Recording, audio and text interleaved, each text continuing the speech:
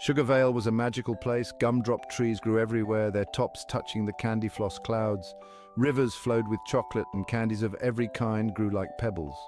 Prince Crispin ruled this kingdom. He was a gingerbread man with a kind heart. Crispin was loved by all, always happy to help, and he threw the best parties. His gingerbread castle was always open, but behind his smile, Crispin was lonely. He wished for someone to share his kingdom with. He longed for love. One day, a package arrived for Crispin. Inside was a mirror, but it was no ordinary mirror. This was a mirror phone. It could show him the world and even find him a princess. Crispin was excited. He had to try it. He tapped the screen and an app called Lick Pop appeared. It showed photos of princesses. Crispin scrolled through, seeing many beautiful faces, but none of them felt right. Then he saw her. She was made of pink and blue cotton candy, and her eyes were sparkling sugar plums. Crispin's heart skipped a beat. He had found the one. Her name was Cotton Candy Girl. She lived far away, and her profile said she loved adventure. This gave Crispin an idea. He would go on a quest. He would win her heart and bring her back to Sugarvale. Crispin ran to his armory, which was filled with delicious weapons. He chose a candy cane sword and put on his gumdrop helmet. He was ready to fight for his love. He called his bravest knights the Nutcracker Soldiers. They were strong and loyal, and they were honored to follow Crispin anywhere. They marched with him out of the castle. The journey would be long and dangerous, but Crispin was determined. He would face any danger for Cotton Candy Girl. He had to reach the licorice forest, a dangerous place, but it was the only way to reach Cotton Candy Girl. Crispin took a deep breath. He was ready to start his adventure, hoping it would end with a kiss. The licorice forest was a sticky, gooey mess. The trees were made of licorice, with twisted and sharp branches. The ground was a river of caramel, making it hard to walk without getting stuck. The air was thick with the smell of sweets, making the Nutcracker Soldiers hungry. Crispin led the way with his sword, chopping down licorice vines and building bridges over rivers of caramel. The Nutcracker Soldiers followed closely behind, fighting off giant gummy worms and dodging sticky lollipops that fell from the trees. The forest was full of strange creatures. Some were friendly, offering Crispin and his knights candied apples and lollipops. Others were not so kind, hissing and growling and throwing sour gummy worms at the soldiers. Crispin knew they had to be careful. The licorice forest was a dangerous place, but he was determined to get through it. He had to reach Cotton Candy Girl.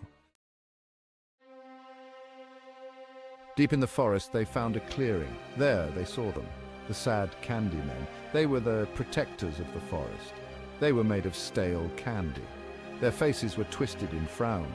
They were not happy to see Crispin and his knights. "Turn back, gingerbread man!" shouted the leader. He was a grumpy lollipop man. "This is our forest!" The sad candy men attacked. They were armed with bottles of cola. They sprayed the Nutcracker Soldiers. The cola was their weakness. It made them soft and sticky.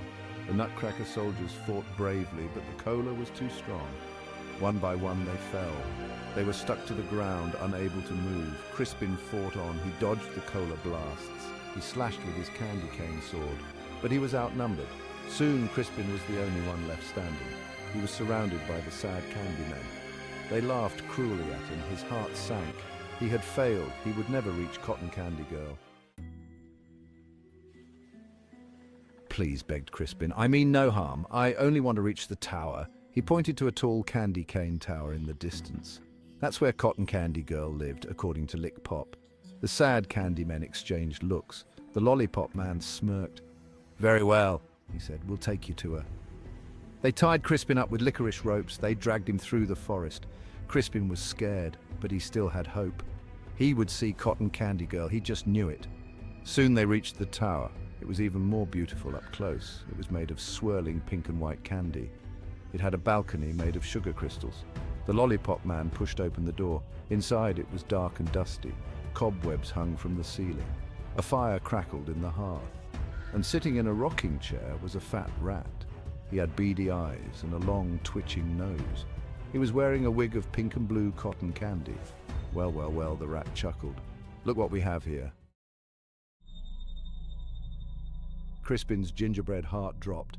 "This wasn't Cotton Candy Girl. This was a trap. You!" Crispin gasped. "You're not who I thought you were." The rat laughed. It was a horrible sound. "No, gingerbread boy," he wheezed. I am not! He snatched the cotton candy wig off his head. He threw it on the floor. I'm much, much worse. The sad candy men crowded around Crispin. They were grinning wickedly. Crispin struggled against the licorice ropes. But it was no use. He was trapped. "Welcome, Prince Crispin," the rat said, his voice dripping with malice, "to your doom." The last thing Crispin saw before they dragged him into the darkness was the fake cotton candy girl profile on the mirror phone. It was still open.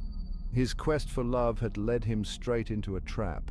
And that is the unfortunate story of Prince Crispin. He learned a valuable lesson that day. Never trust a pretty face on Lickpop, especially if that face belongs to a fat rat with a sweet tooth.